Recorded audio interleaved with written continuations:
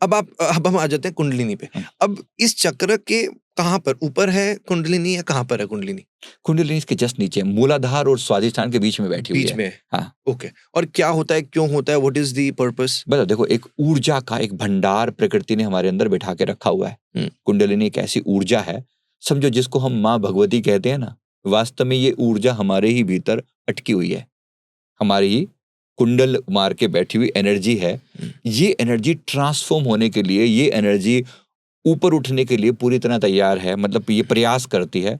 और जो व्यक्ति थोड़ा सा भी इस पे एफर्ट डालेगा ना, उसको इसकी कुंडलिनी ऊपर उठ के क्राउन चक्र की तरफ मूव करना शुरू कर देती है। वास्तव में आत्मा जो यात्रा है वो मूलाधार से लेकर क्राउन तक की यात्रा है, नीचे से ऊपर की यात्रा है ना।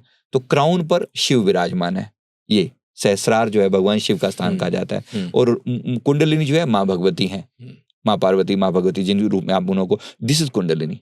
ओके। कुंडलिनी को हम माँ के रूप में भी मानते हैं।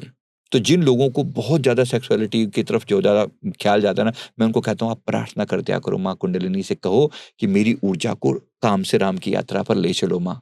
ट्रांसफॉर्मेशन होगा, बड़ा गजब का ट्रांसफॉर्मेशन होगा। किसी व्यक्ति ने, अगर मैं कह रहा हूँ थोड़ा सा भी कन्वर्ट कर लिया, मैं नहीं कह रहा हूँ कि फुल फ्लेज अगर आप कर लें तो बहुत बड़ी बात है, अगर थोड़ा सा भी कन्वर्ट हो गया ना तो गजब हो जाएगा उस व्यक्ति का। मैंने आपको सचिन तेंदुलकर जी का, लता मंगेशकर जी का एग्जाम्पल दिया। जिस जिस व्यक्ति को मैंने देखा है ना, समहाउ इन लोगों ने उस चीज को कंट्रोल करके, अपनी एनर्जी को ट्रांसफॉर्म करके, इन्होंने अपने अलग अलग चक्रों को एक्टिवेट किया। ओके। तो ये मतलब इसके बारे में मैंने बेस बताया, बाकी इसको एक्टिवेट करने के और बहुत सारे वेज होते हैं, तरीके होते हैं। राइट। तो ऐसा कई जगह मैंने ऐसा पढ़ा कि जो कुंडलिनी जागरण है, इससे ये अंदर से भी जला देती है, ऐसा भी कुछ होता है? देखो इसमें क्या है ना, ऊर्जा है, एक्टिवेट होकर जब ऊपर की ओर उठेगी तो आपकी बहुत सारी नेगेटिव थॉट्स को चेंज करेगी, पैटर्न चेंज करेगी आपके दिमाग के अंदर। जला देने का मतलब कुछ ऐसा नहीं है कि जल एक्चुअली कोई बर्निंग हो गई, ऐसा कुछ नहीं है। एनर्जी चेंज होती चली जाएगी। एक व्यक्ति अभी तक लोअर टेंडेंसी के साथ जी रहा था, नेगेटिव माइंडसेट के साथ जी रहा था, जैसे ही कुंडलिनी एक्टिवेट होनी शुरू होती है ना, उसकी ऊर्जा बिल्कुल एक अलग लेवल पर जानी शुरू कर देती है। वो एकदम काम से राम की तरफ बढ़ना शुरू हो गया, उसके अंदर डिफरेंट डिफरेंट टैलेंट खुल के सामने आने लगे। जो लोग भी थोड़ा सा अपने फिजिकल लेवल पर जैसे बहुत एक्टिव रहते हैं ना, हो सकता है उनकी कुंडली अपने आप एक्टिवेट होने लगे। जैसे अब मान लो, जैसे हम प्रेमानंद महाराज जी की बात करते हैं, तो क्या उनकी जो कुंडलिनी है वो एक्टिव है? 100%। ओके। और इसको हम कैसे, ऑब्वियसली उनके ऑरा से हम महसूस कर पाते हैं, बट अगर उसको आप वर्ड्स में दे पाए, आई थिंक कि किस तरह से समझ आता है कि किसी व्यक्ति की कुंडलिनी एक्टिव है?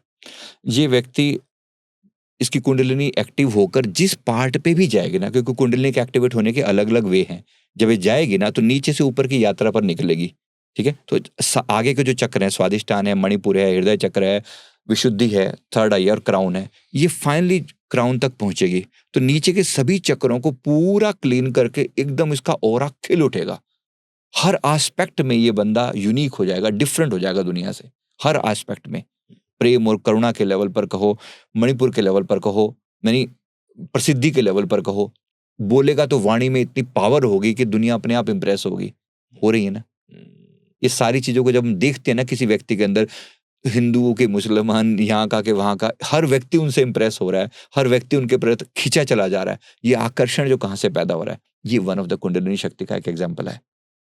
वो खिल उठी है, वो अपनी प्रचंड रूप में खिल उठी है, और उन्होंने इसको भक्ति से एक्टिवेट किया। बड़ी मजे की बात है, इन्होंने कोई योग साधनाएं कम करी हैं, हालांकि पिछले जन्मों में मैंने इनके देखा कि इन्होंने योग साधना भी बड़ी करी है, लेकिन इस जीवन में इन्होंने पिछले जन्मों में माँ काली की साधना बड़ी करी हुई है, प्रेमानंद महाराज जी ने? प्रेमानंद महाराज जी ने। अच्छा।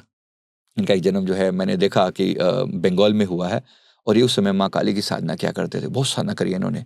अभी कितनी प्रफुल्लता के साथ बात करते हैं, जब मतलब माँ काली को और कृष्ण जी को कैसे कोरिलेट कर देते हैं, ऊर्जा तो वही है। वो तो इतनी साधारण भाषा में मैंने उनकी वाणी सुनी, बड़ा अच्छा लगा कि मतलब कितनी सिंपल जो ये कह रहे हैं, इनके पीछे का जो बेस लगा कि वहां से इन्होंने इस साधना बहुत अच्छे से कर रखी है। तो मेरे यहाँ पर कहने का अर्थ क्या है, देखो जिस व्यक्ति के अंदर, अब आप एक किसी और पर्सनैलिटीज के बारे में देखो, जो बाकी लोग हैं जिन्होंने अपने अपने फील्ड के जो मास्टर हैं, कहीं ना कहीं अपने चक्रों को बहुत सीरियसली उस पर काम किया है, एक्टिवेट किया है। Got it. जब किसी की, अगर आज जो ये एपिसोड देख रहा है, वो अगर अपनी कुंडलिनी जागरण करना चाहता है तो वो क्या करे? अभी मैं कहूंगा कि पहले अपने चक्रों पर ही काम करो प्लीज, है ना। धीरे धीरे कुंडलिनी भी एक्टिवेट होनी शुरू हो जाती है। कुंडलिनी को डायरेक्ट एक्टिवेट करने में अभी बहुत दिक्कतें हैं, मतलब उसके जो साधन है काफी टफ है, थोड़ी सी टफ है, मैं ऐसे कहूँ तो। ओके, कुंडलिनी कुछ एग्जांपल देंगे क्यों, थोड़ा आई थिंक लोग समझ पाएंगे कि टफ क्यों है और वो क्यों अभी नहीं करनी मतलब मैं चाहिए। सीधी भाषा में कहूँ कि अगर इसके लिए मैं कहूँ कि एक व्यक्ति को लगातार अपनी सेक्सुअल लाइफ से दूर रहना पड़ेगा, यहाँ दिक्कत हो जाएगी। ये थोड़ी हार्ड साधना इसलिए बोल रहा हूँ, बस और कोई बात नहीं है इसमें।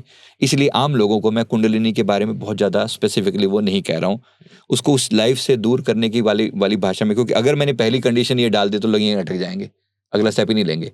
तो मैं कह रहा हूँ अपने चक्रों पर काम करो, आपकी पर्सनैलिटी सुपर लेवल पर ग्रो करेगी, फिर धीरे धीरे समय आने पर कुंडलिनी भी ग्रो हो जाएगी।